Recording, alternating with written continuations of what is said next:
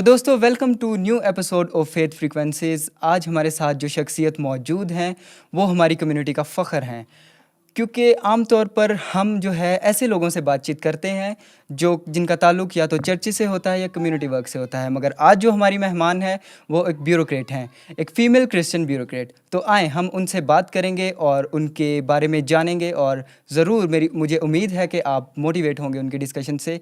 So ma'am Rabia, कैसी हैं आप? Hey Aneek, thank you so much for having me. मैं ठीक हूँ और ये प्लेटफॉर्म मेरे लिए एक नया एक्सपीरियंस है, क्योंकि आपको तो पता ही है हमारे फील्ड में लोग सुनते ज़्यादा हैं और बोलते कम हैं। नहीं, आज मैं चुप रहूँगा और आप बोलेंगी। तो राबिया, जब आपने ब्यूरोक्रेसी ज्वाइन किया तो क्या एक आइडिया था, क्या जब आप पीछे मुड़ के देखती हैं तो क्या वाकई सिस्टम इतना करप्ट था जितना नज़र आता है? सिस्टम करप्ट था और है भी। ये बिल्कुल एक मकान की तरह है जिसका इन्वायरमेंट उसमें रहने वाले लोगों से बिल्ड होता है। और जब मैंने जॉइन किया था तो एक मोटिवेशन थी आगे बढ़ने की, कुछ करने की। लेकिन वक्त रहते ही पता चल गया कि यहाँ पे सिर्फ काम नहीं होता बल्कि गेम भी चलता है। तो राबिया, इस गेम में आपने फिर क्या स्टांस लिया? मेरा स्टांस यही था। मैंने शुरू से अपनी बाउंड्रीज सेट की। मेरे रूल्स क्लियर थे। मुझे किस चीज़ पे सिग्नेचर करना है, किस चीज़ से दूर रहना है, मुझे खुद पे यकीन था, क्योंकि रिस्क मुहैया करने वाली ज़ात तो खुदावंद की है। लोगों से उम्मीद थोड़ी कम ही थी। लेकिन हाँ, ये है कि करप्शन मिली हर लेवल पर। और इसी के रहते मैंने उन लोगों को ऑब्ज़र्व किया जो ऊपर का पैसा तो कमाते हैं लेकिन सुकून तो उनके पास भी नहीं है। और फिर हम बात करते हैं उन लोगों की जो सिंपल हैं, ऑनेस्ट हैं, लेकिन उसी में खुश रहते हैं जितना उनके पास है, खुदावंद से उम्मीद रखते हैं और वही उनके लिए जो है वो बेस्ट वर्क करता है।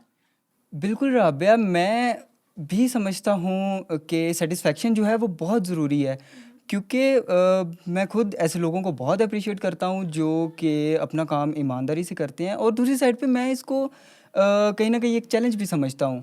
तो आपके साथ कभी ऐसा हुआ है, कभी कोई चैलेंज फेस करना पड़ा हो, या फिर किसी ने आपको इस साइड पे लाने की कोशिश की हो?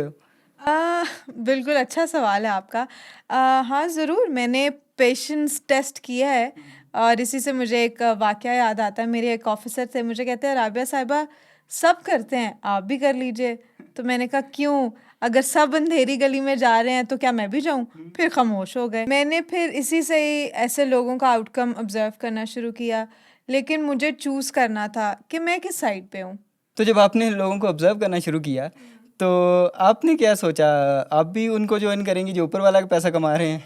मैं मैं उस साइड पे थी जहाँ दिल में कोई खौफ नहीं था और जहाँ पे मुझे हर वक्त ये सोचने की ज़रूरत नहीं कि कब कोई इंक्वायरी आ जाए, क्योंकि अ, यकीन तो सिर्फ खुदावंद की ज़ात पे है। वो कहता है कि मैं पूरा करने वाला हूँ, तो फिर इंसानों से तवक्को करना तो बेवकूफ़ी है। जी राबिया, आपने बिल्कुल ठीक बात की। मुहैया करने वाली ज़ात तो खुदा की ही है। इसी के साथ मैं ये पूछना चाहूँगा आपसे कि हमारी जो यूथ है, हमारे नौजवान हैं जो बहुत से ऐसे हैं जो सिस्टम से सेटिस्फाई नहीं है, बहुत से ऐसे हैं जो इस सिस्टम के अंदर आना चाहते हैं, ठीक है। कुछ ऐसे भी हैं जो करंट सिस्टम से लड़ रहे हैं। और आपका क्या पैगाम है? अगर आप मेरा ओपिनियन पूछें अनीक, तो मुझे ऐसा लगता है कि सिस्टम बदलने के लिए ज़रूरी नहीं है कि आप सिस्टम जैसे बन जाओ। एक नया तरीका दिखाने की ज़रूरत है, हिम्मत रखने की ज़रूरत है जिससे आप आगे बढ़ सकें, सीख सकें। और इम्पॉर्टेंट यही है कि आप रूल्स याद रखें, आप खुद पे यकीन रखें और उसी से मांगे जो मुहैया करना जानता हो। जी, बिल्कुल, बहुत अच्छी बात की। जैसे मैंने पहले भी बोला कि हमें सिर्फ़ तवक्को उसी से ही करनी चाहिए। सो दोस्तों, ये थी राबिया शफ़ी, जिन्होंने सिर्फ़ अपना ही नहीं बल्कि हमारा भी आज ज़मीर जगाया है कि जो ईमान है वो शेल्फ़ पे रखने वाली चीज़ नहीं है, बल्कि ईमान सिस्टम के अंदर चलने वाली रोशनी है। सो ये था फेथ फ्रीक्वेंसी का आज का एपिसोड। मिलते हैं एक नए एपिसोड में नए किस्से के साथ। खुदा हाफ़िज़।